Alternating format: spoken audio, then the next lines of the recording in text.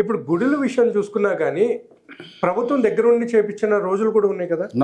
తిరుపతి కొండ ఉందా, కొండ ముందు ఒక పెద్ద బ్రిడ్జ్ వస్తుంది ఒకటి. ఆ బ్రిడ్జ్ కట్టింది కూడా తిరుపతి దేవస్థానం డబ్బులతోనే.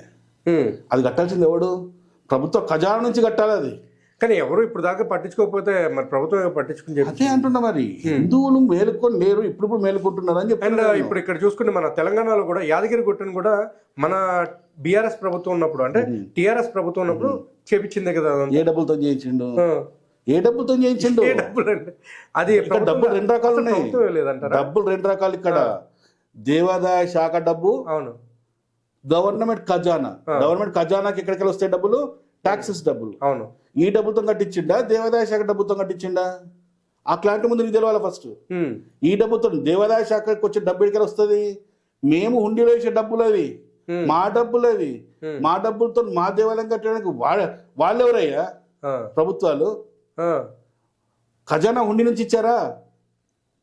సార్ అంబేద్కర్ విగ్రహం కట్టారు, నడి సెంటర్లో పెద్ద విగ్రహం కట్టారు, 200 కోట్లు పెట్టి కట్టారు. ఆ డబ్బు ఎక్కడికి వచ్చింది? ప్రభుత్వ ఖజానా నుంచి వచ్చింది, మన ఖజానా. సో అది హిందూ దేవశాఖ నుంచి రాలే.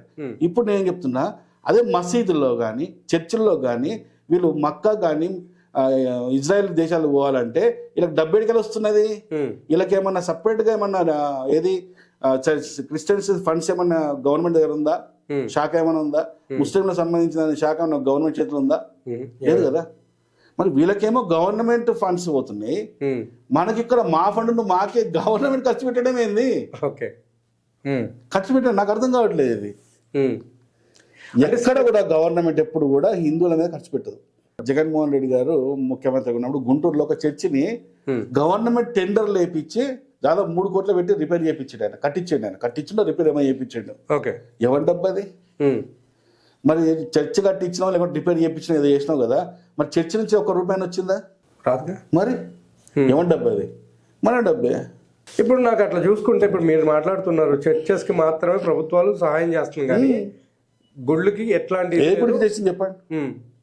నువ్వు మొన్న కట్టుకున్నాం, ఎంత పెద్ద గుడి కట్టుకున్నాం ఏడా అయోధ్యలో. అవును. గవర్నమెంట్ నుంచి 1 రూపాయి వచ్చిందా? అంటే ఇప్పుడు బీజేపీ ప్రభుత్వం నుంచి ఎట్లాంటి ఇది లేదంటారు? అసలు రూపాయి లేదండి గవర్నమెంట్ నుంచి. దేశంలో ఉన్న హిందువులందరూ కలిసి చందాలు వేసుకొని కట్టుకున్నాం. అది గవర్నమెంట్ 1 రూపాయి లేదు అందులో.